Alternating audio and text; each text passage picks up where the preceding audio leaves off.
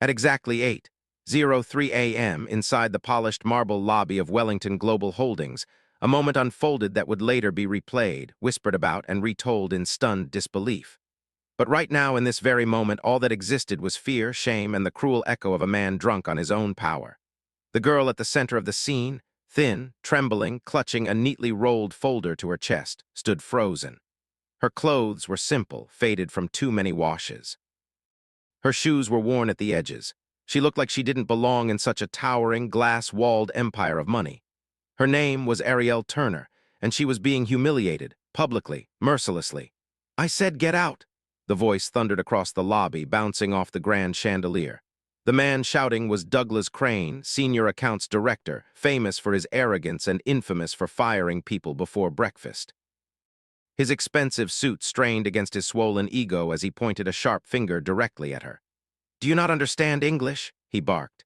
"You people are all the same, always bringing problems where you don't belong." A few gasps fluttered through the lobby, but no one said a word. Not a single soul stepped forward. Ariel stiffened. The words stung, not because they were new, but because they were familiar, too familiar, the story of her life. I just wanted someone to check the file," she whispered, her voice shaking like glass on the edge of breaking. "There's a mistake in the numbers, and if they sign it," Douglas exploded with mocking laughter. "A mistake? You? And what makes you think you could possibly understand a multi-million-dollar contract?" He stepped closer, towering over her. "Where do you work? A grocery store? A cleaning service? Maybe the street corner?" Some of the staff looked away in discomfort, but still, no one intervened. Ariel swallowed, gripping the folder harder. "I study numbers every night," she said quietly. "I know what I saw." "Oh, how touching." Douglas rolled his eyes. "And I suppose next you'll tell me you're some kind of hidden genius, right?" "I'm just trying to help," she whispered. "Help," Douglas sneered. "You barged into a corporate building without permission, interrupted my morning, and handed me this." He snatched the rolled papers from her hands and waved them mockingly in the air. "And now you think you're doing us a favor?" He leaned in closer, voice dripping with venom. "You think you're smarter than me?" Ariel looked down. She didn't answer, not because she was afraid, but because she knew the truth would make him even angrier. His voice rose again. "Look around you. Do you see anyone here who looks like you? Anyone here who dresses like you? This is a place for intelligent people, girl, not for strays." The word strays hit her like a slap. A quiet tremor ran through her hands. A receptionist winced. A security guard glanced away. The elevators opened, closed, opened again, business continuing as if nothing ugly was happening here. Douglas lifted the folder above his head dramatically. "You want to save the company," he mocked. "You want to play accountant. Here's what I think of your brilliant discovery." He ripped the first page. Ariel gasped. "No, please. And here's what I think of you." He ripped another. And another, pieces of paper, the proof she needed, fluttered to the marble floor like dying birds. Ariel dropped to her knees, scrambling to save the remaining sheets. Her voice cracked. "Please, sir, you don't understand. If they sign that contract." If, Douglas snapped. "Do you have any idea who I am?" He kicked one of the fallen papers away with his polished shoe. "I am the one responsible for overseeing today's 8 a.m. signing, and you, some random girl off the street, think you know better than me?" Ariel's eyes glistened. "I just didn't want anyone to get hurt," Douglas barked a laugh. "Hurt? The only person hurt here is me, having wasted my valuable time on you." He turned to the security guards. "Throw her out, now, and ban her from the building." The guards hesitated. Something about the girl's desperation felt wrong, but orders were orders. Ariel gathered the last torn page to her chest. "Sir," she said, voice barely above a whisper, "if you sign that contract, your company will lose everything." That sentence stopped the lobby cold. Douglas's face twisted. "And what makes you so sure of that?" he hissed. Ariel looked straight at him, tears clinging to her lashes. "Because someone changed the numbers. Someone hid a mistake. And if you don't catch it, the company will declare bankruptcy." The entire lobby froze. Douglas blinked. Then he burst into cruel, mocking laughter so loud it echoed across the room. "You think you just saved Wellington Global? You're delusional." He waved the guards forward. "Get this liar out of my sight." Ariel gasped as the guards took her gently by the arms. "No, please, let me explain. Just 1 minute, please, sir, please." Douglas turned away, already bored. "Take her out. She's done." Ariel's knees nearly buckled. Her lowest moment, her last hope crumbling, and the lobby resumed its morning rhythm, silent, cold, indifferent. But not everyone was indifferent. A figure had been standing near the back of the crowd, silent, observant, watching the entire exchange with narrowed, thoughtful eyes. A tall woman, dressed in a crisp white suit, elegant, commanding, someone whose presence naturally drew respect.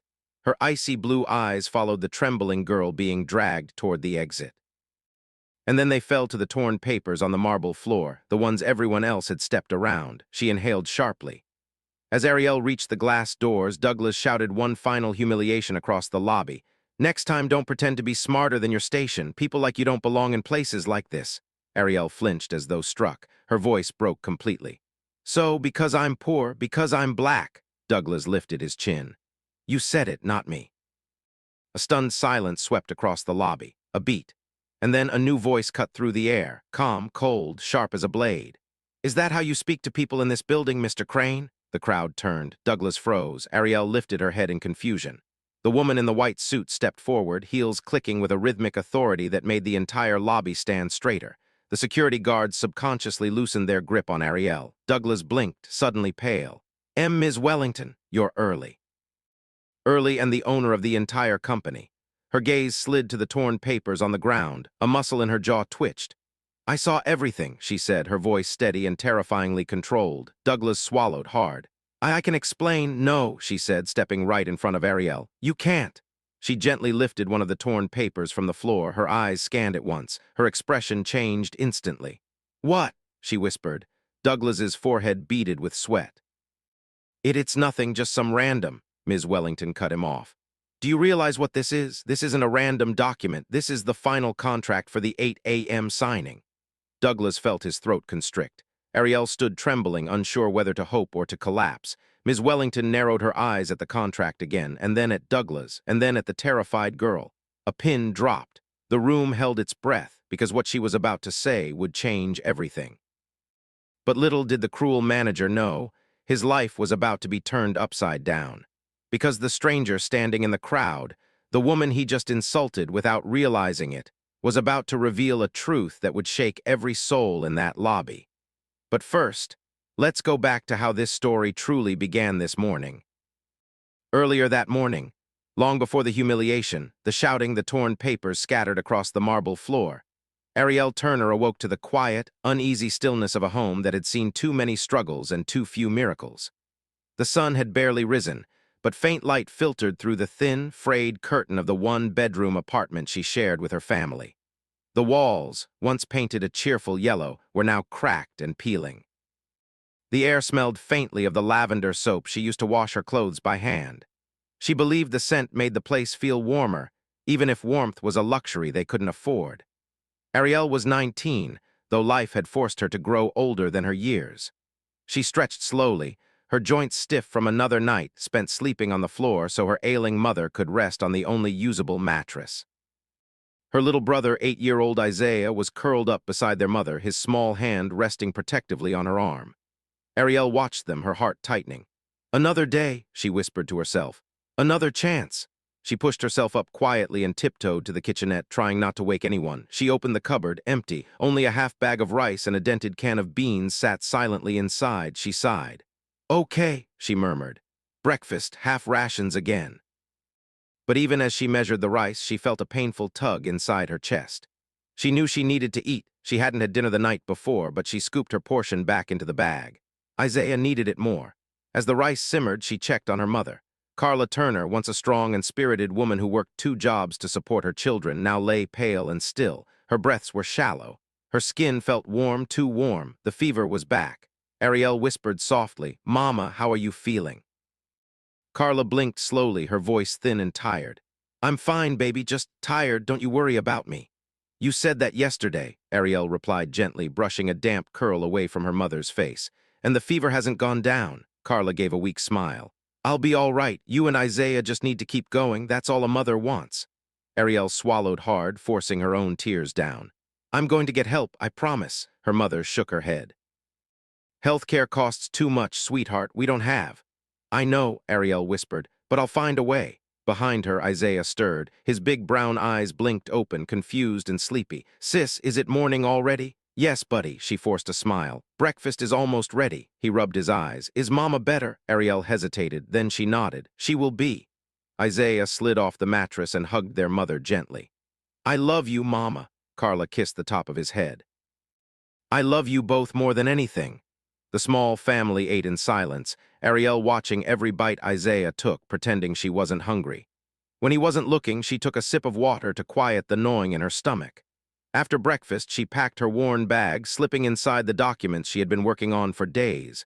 Numbers, columns, mistakes. Dangerous mistakes. Most people didn't understand why a girl who never got to finish high school would spend her nights studying finance online through free tutorials. But Ariel did it because she believed that someday she could land a real job, earn a real paycheck, give her family a real chance. And then came the file. It had been a coincidence. One of the tenants in their building, an elderly accountant named Mr. Harding, had dropped a folder in the hallway 3 nights ago. When Ariel returned it, he thanked her and asked if she liked numbers. She had nodded. He had laughed. "Then you'll enjoy this far more than I do. Tell me if you spot anything interesting." He meant it as a joke, but she spotted something catastrophic, a miscalculation that would destroy a company. A miscalculation hidden inside a contract tied to Wellington Global Holdings, one of the wealthiest corporations in the city. By the time she finished analyzing it, her heart was pounding. "Someone made a mistake," she whispered. "A big one, a bankruptcy-level one."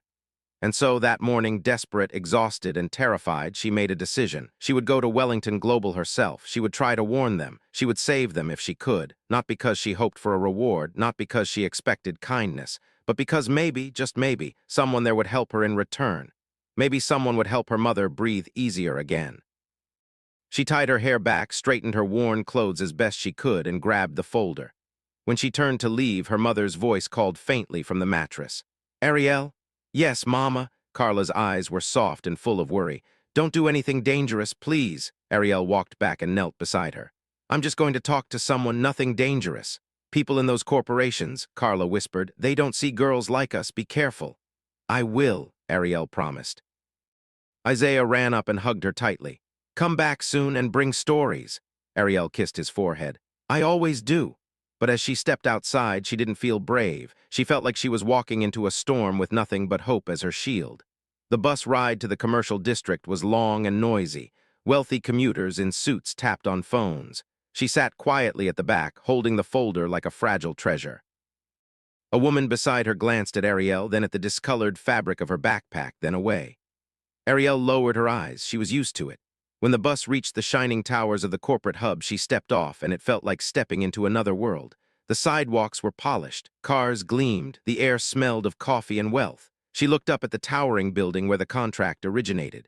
Wellington Global Holdings, 40 floors of pure power. Her hands trembled. "This is it," she whispered. She walked toward the entrance. Every step felt harder than the last.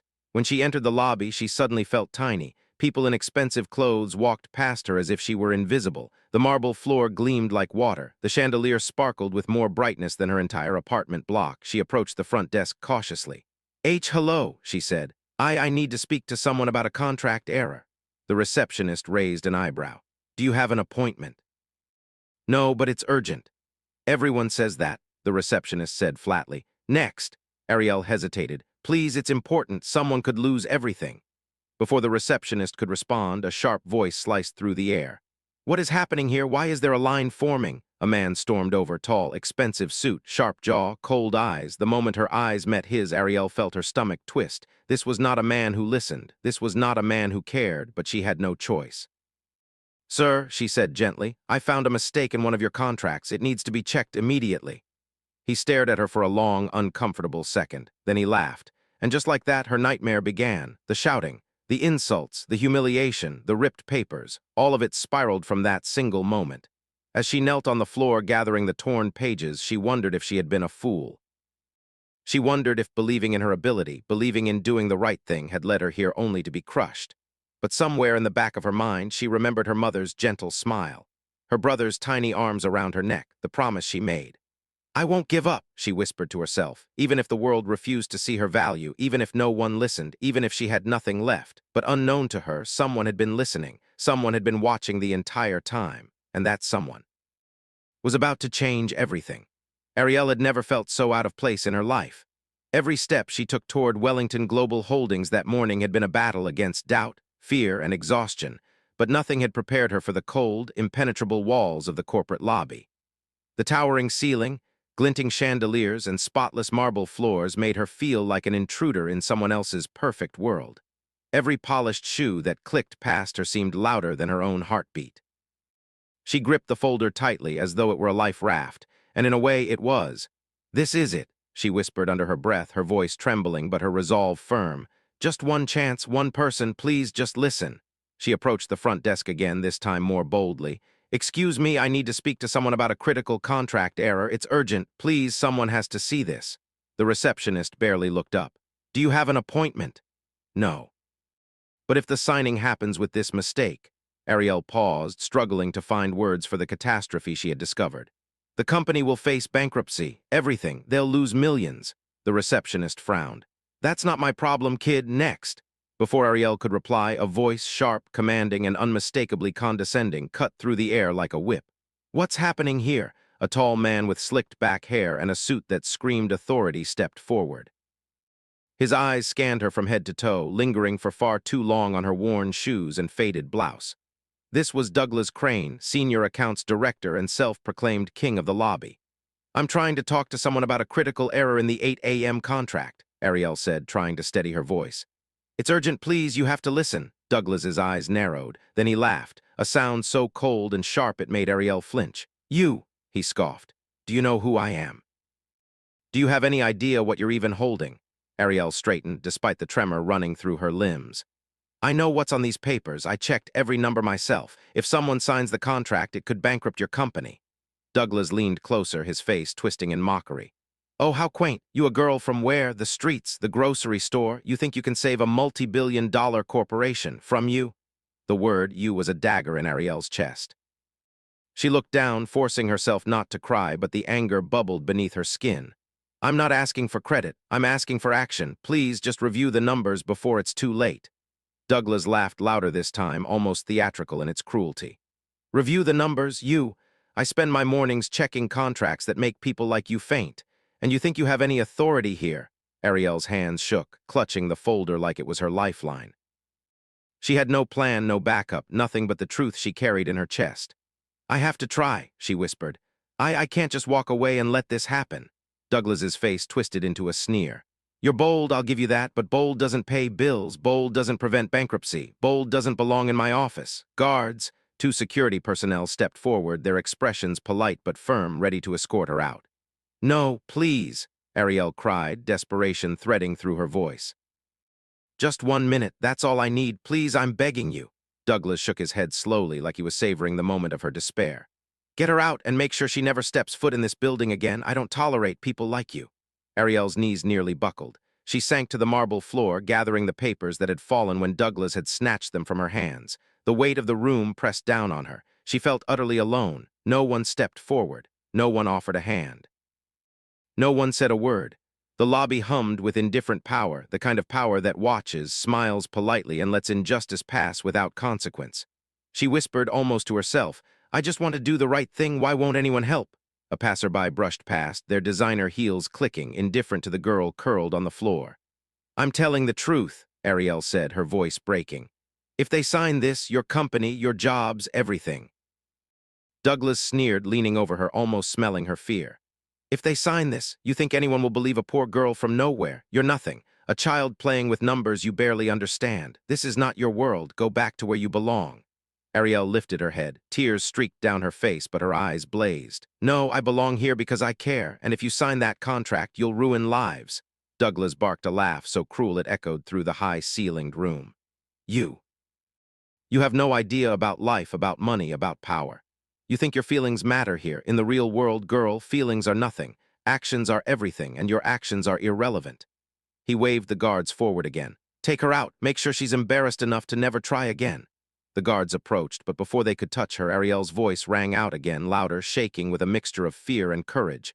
"Please, someone, anyone, this mistake could destroy everything. You can't just ignore it." And then, just as the guards were about to lift her, something shifted. A faint murmur ran through the lobby. A presence that had been watching silently from the back began to move forward. Ariel didn't know it yet, but her plea had reached someone who would not ignore her.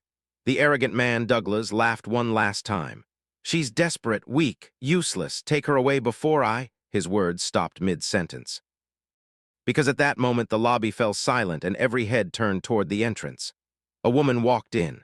Not hurriedly, not flustered, she walked with the kind of calm confidence that demanded attention. Her white suit shimmered under the morning sun streaming through the glass doors. Every step echoed on the marble floor, deliberate, poised, and unyielding. She stopped just a few feet from Ariel. Her eyes were icy blue, sharp yet compassionate. The very air seemed to still as she surveyed the scene. The trembling girl on the floor, the torn papers scattered around, and the man who thought he ruled this world with fear. Douglas's smug grin faltered. His eyes widened slightly. She's early," he stammered, his voice suddenly uncertain. The woman's gaze fell on him, cold, controlled, and commanding. "I've been watching," she said softly, yet every word cut like a knife. "And I don't appreciate how you treat people who are trying to do the right thing." Ariel looked up, confused and trembling. She didn't know who this woman was, but she felt something she hadn't felt all morning, hope. Douglas's face turned red with indignation.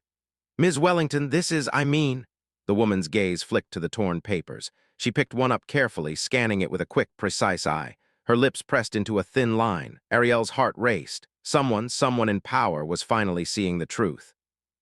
And the cruel man who had thought he could humiliate her with impunity was about to realize that his world was about to crumble. The lobby fell silent, the kind of silence that was thick and sharp, a silence that made the arrogance in Douglas Crane's chest feel suddenly brittle. The polished marble reflected not just light, but the shifting balance of power. Every eye, every footstep, every breath seemed to align toward the tall woman in the white suit standing before Ariel. She was Ms. Victoria Wellington, the sole heir and CEO of Wellington Global Holdings, a name that carried weight beyond the city limits.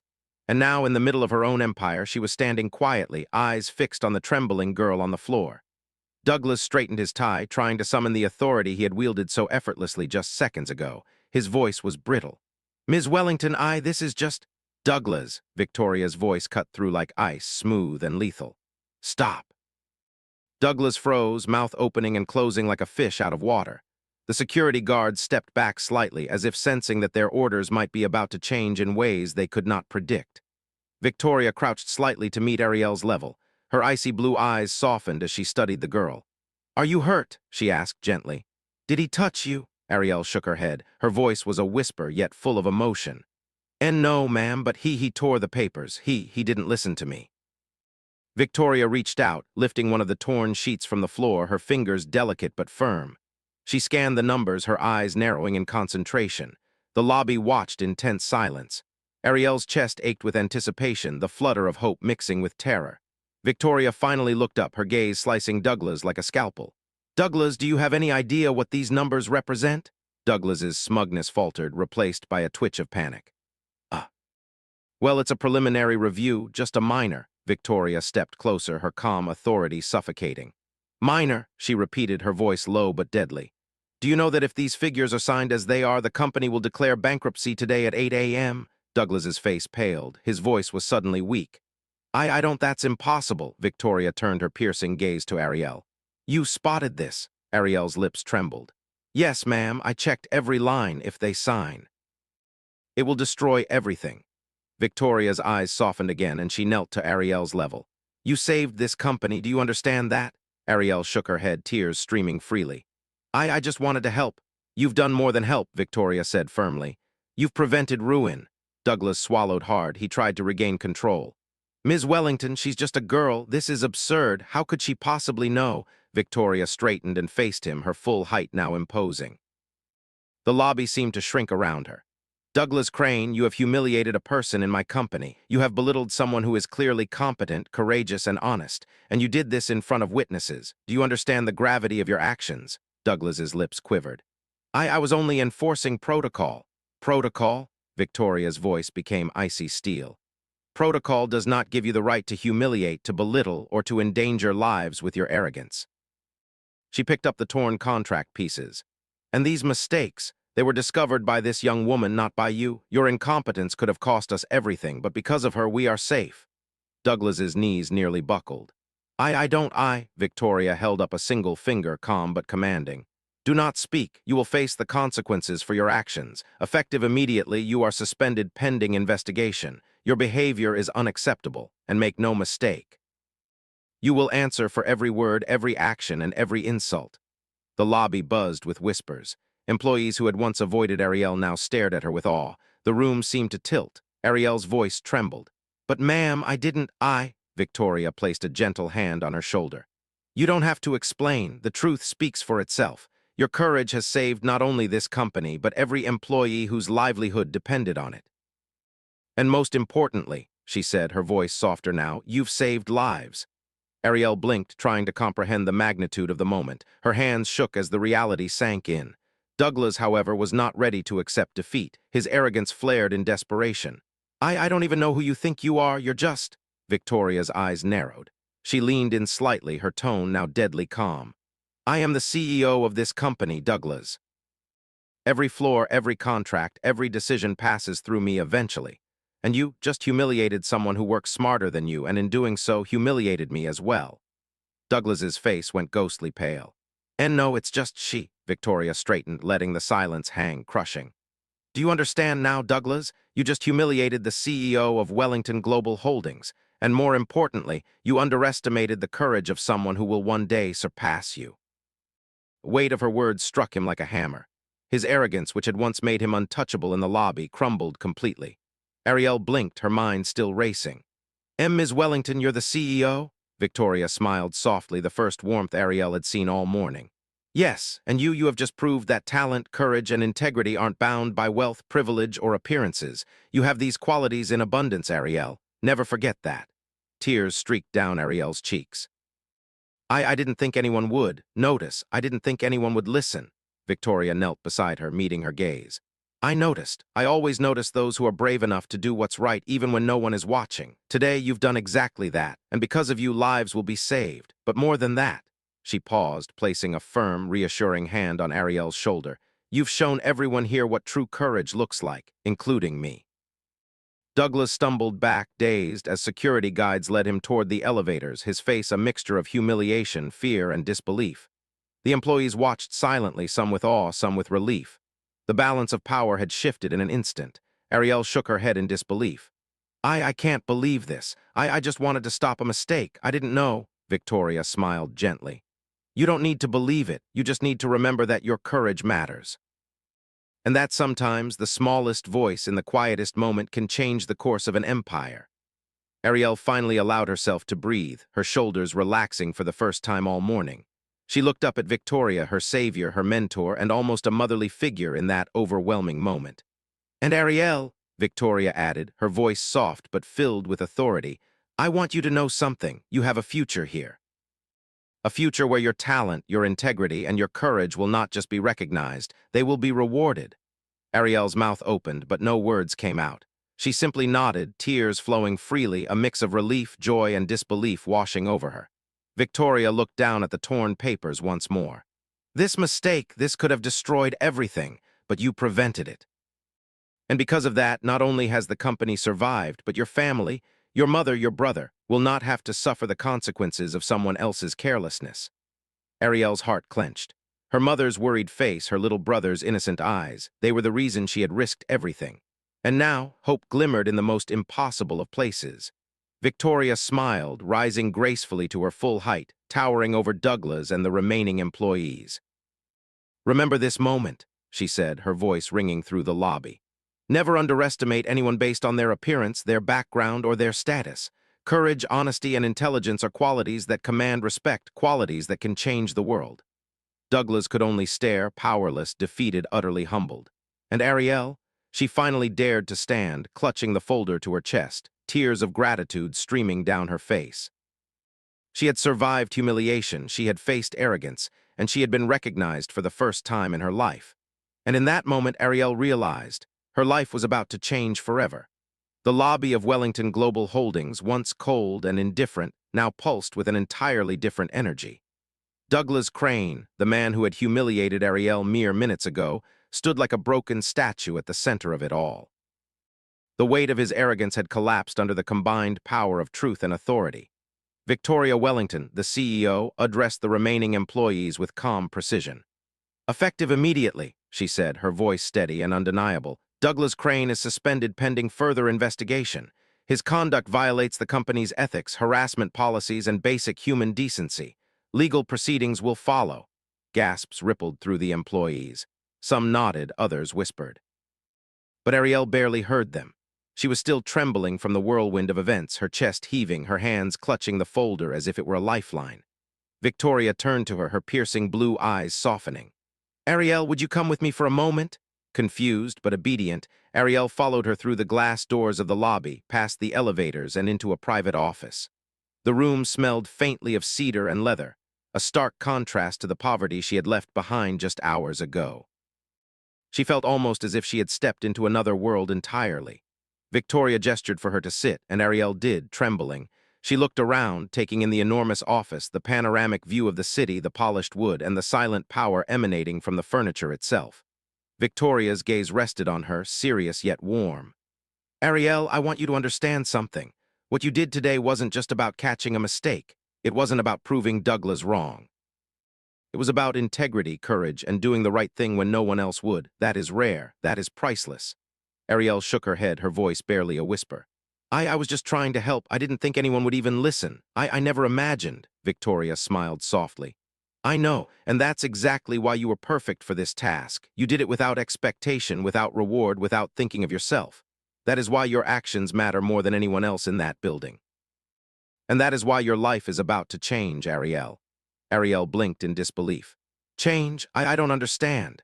Victoria leaned forward, her expression gentle but firm. "Your family, your mother, your little brother, you no longer have to fear for their well-being. I will personally ensure they are taken care of. Medical care, education, housing, everything your family needs to live comfortably, safely, and with dignity. That is my responsibility now." Ariel's hands flew to her mouth, her eyes wide. I can't. That's too much. Thank you. I don't even know how to say." "SHH," Victoria said, placing a reassuring hand on her shoulder. "You don't have to say anything. Actions speak louder than words. You've proven that today, and now it's my turn to act." Ariel's tears flowed freely. For the first time in her life, she felt hope that wasn't fragile, hope that wasn't fleeting. I just want to make sure my mama, my brother, they're safe." Victoria's smile widened. "And they will be, that is the promise. But this isn't just about safety, Ariel. You have talent, you have brilliance, you have a future that cannot be ignored. I want you to come work here with me. Learn, grow, and someday perhaps lead. You belong in a place where your skills, your courage, and your intellect are recognized and nurtured. This is your opportunity."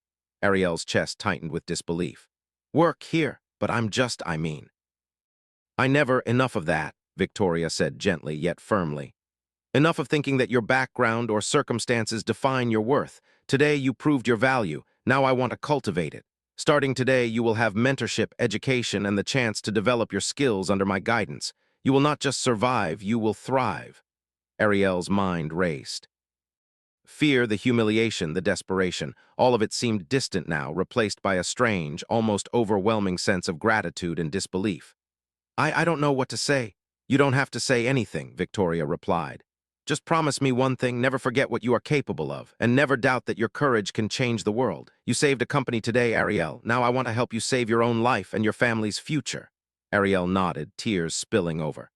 "I, I promise, ma'am. I won't waste this chance. I swear I'll work hard and I'll make you proud."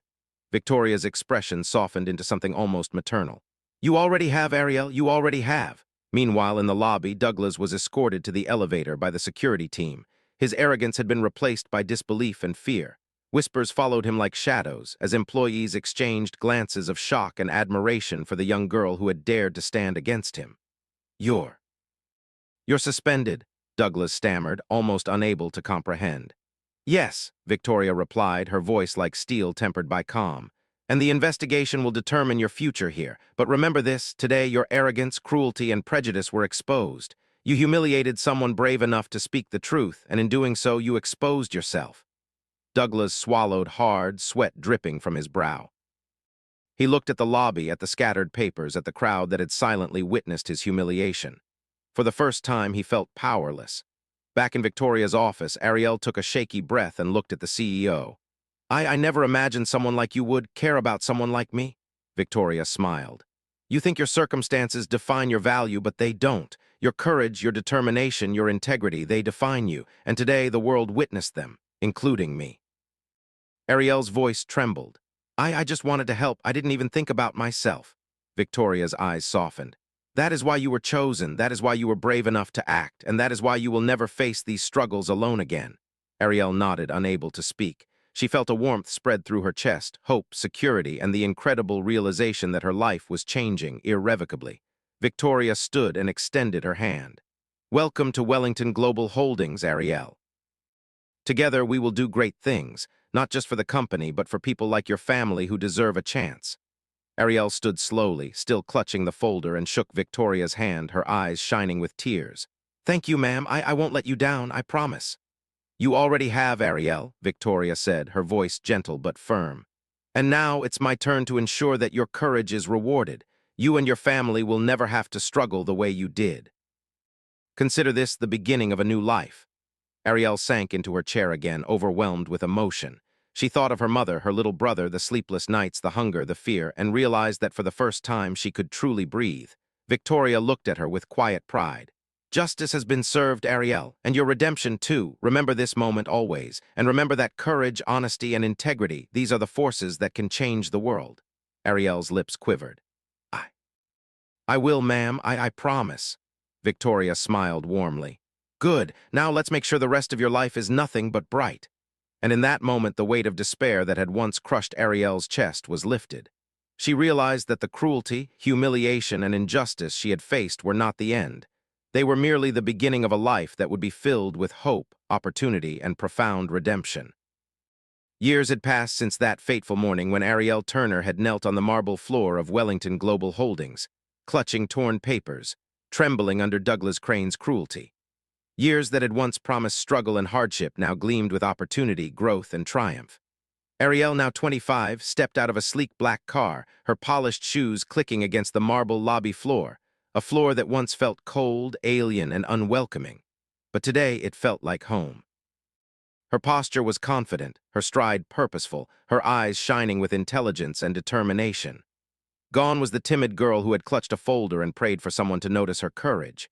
In her place stood a young woman transformed, a testament to resilience, hard work, and the kindness of those who had recognized her worth. As she walked past the lobby, the employees, many of whom had witnessed her humiliation years ago, now greeted her with respect, admiration, and even affection. Some whispered her name in awe. Ariel smiled politely, but inside she felt a quiet sense of vindication. The world had once doubted her. It had once sneered at her poverty, her appearance, and her audacity. Today it acknowledged her brilliance. Victoria Wellington, the same woman who had saved her life and career, met her at the top of the elevator. The CEO's presence was as commanding as ever, but there was a warmth in her eyes reserved solely for Ariel. Good morning, Victoria said, her voice calm yet brimming with pride. I trust you had a productive weekend. Ariel returned the greeting, her voice confident. Good morning, ma'am. Yes, and I finalized the reports for the East Division projections. Everything is in order and the team is ready for review. Victoria's eyes softened. Excellent. You've come a long way since that day on the lobby floor. Ariel nodded, a small smile tugging at her lips. I've had the best mentor anyone could ask for. And I've worked hard every day. I wanted to make sure your faith in me wasn't misplaced. Victoria reached out, gently placing a hand on her shoulder. Ariel, you've surpassed even my expectations, but more than that, you've proven something that cannot be taught in classrooms or books. Integrity, courage, and compassion are the greatest assets anyone can possess, and you have them in abundance. Ariel's eyes glistened. She thought back to her mother, Carla, who had watched her struggle through sleepless nights and poverty, never doubting her daughter's potential. She thought of her little brother, Isaiah, now thriving in school and confident in himself because of the support they had received. She thought of the day she had dared to confront Douglas Crane, trembling and alone. And she realized that every challenge she had faced had led her to this moment, her triumph, her recognition, and her life renewed. Later that evening, Ariel returned to the modest home she had grown up in, though now the apartment was unrecognizable from the one she had left behind. The walls were freshly painted, the furniture sturdy and comfortable, and the kitchen fully stocked with fresh groceries and modern appliances. For the first time, she saw her family not struggling, not scraping by, but living with security and dignity. Her mother, Carla, embraced her tightly. Ariel, I can't believe it, look at you. Ariel hugged her back, tears brimming. Mama, it's all thanks to you. You taught me to be brave even when the world wasn't fair. Carla pulled back, her eyes misty. Brave, no, you were always brave. I just wanted to give you a chance to shine. Isaiah ran to her, now a confident 13-year-old with a bright smile. Sis, you came home, and guess what? I got first place in the science competition. Ariel laughed, scooping him into a hug. That's amazing, Isaiah. I'm so proud of you. Victoria Wellington's guidance had ensured not only Ariel's success at work, but also the well-being of her family. Medical bills had been paid, education secured, and opportunities provided.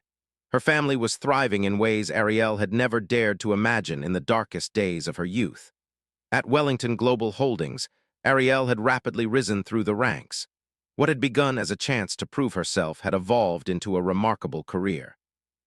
She now oversaw multiple divisions, consulted on critical contracts, and mentored other young professionals who reminded her of herself. A little hesitant, underestimated, but full of potential. Employees who had once doubted her looked to her as a symbol of courage and determination. The same lobby that had once echoed with Douglas Crane's cruel laughter now celebrated Ariel's achievements. The whispers that had once ridiculed her now spoke her name with respect and admiration. And Douglas. His downfall had been swift. He had been formally terminated, his career in ruins and his reputation tarnished beyond repair. Justice had been served. The arrogance that had once threatened to destroy Ariel had instead fueled her rise. One afternoon, Ariel sat in Victoria's office, overlooking the city skyline. The sun glinted off the glass towers, casting a golden hue over the streets below. Ariel held a cup of tea, her thoughts drifting back to the day that had changed everything. I still can't believe it, Ariel said softly. Victoria looked at her, smiling. Believe it, Ariel, you made it real. You acted with courage when no one else would. You trusted your instincts. You didn't wait for permission or validation. You created your own path. Ariel nodded, a smile breaking through her tears. I was so scared, but I knew I had to try. I couldn't just walk away. That fear, Victoria said, is what makes bravery meaningful. It's not the absence of fear, it's acting in spite of it. And today, years later, you've built a life that proves it. Ariel gazed out the window, thinking of her family, her struggles, and the incredible journey that had brought her here. I want everyone who feels invisible to know that it's possible, that someone will notice your courage, that you can rise even when the world doubts you. Victoria nodded. And you'll be the proof of that truth, Ariel. Your life is a beacon for others. Years of struggle, humiliation, and fear had been transformed into hope, success, and justice. Ariel Turner's journey proved that courage, integrity, and persistence could defy expectations and change lives, not just one but generations. In the glow of her new life, Ariel reflected on the lessons she had learned. Humanity transcends race, wealth, and status. People cannot be judged by appearances alone. True value is revealed through character, courage, and honesty. A single act of courage can alter the course of many lives. One choice, one brave action, can prevent disaster and open doors no one thought possible. Kindness and mentorship can transform despair into opportunity. Ariel's life had been forever changed because someone saw her potential and acted to protect and nurture it. Ariel looked at the city from her office window, her heart full. She had been a girl who feared being powerless. Now she was a woman who understood that true power lay not in arrogance or wealth, but in courage, integrity, and compassion. Her family thrived, her career flourished, and the echoes of that fateful morning no longer haunted her, they empowered her. Ariel Turner had been invisible once, now she was unstoppable.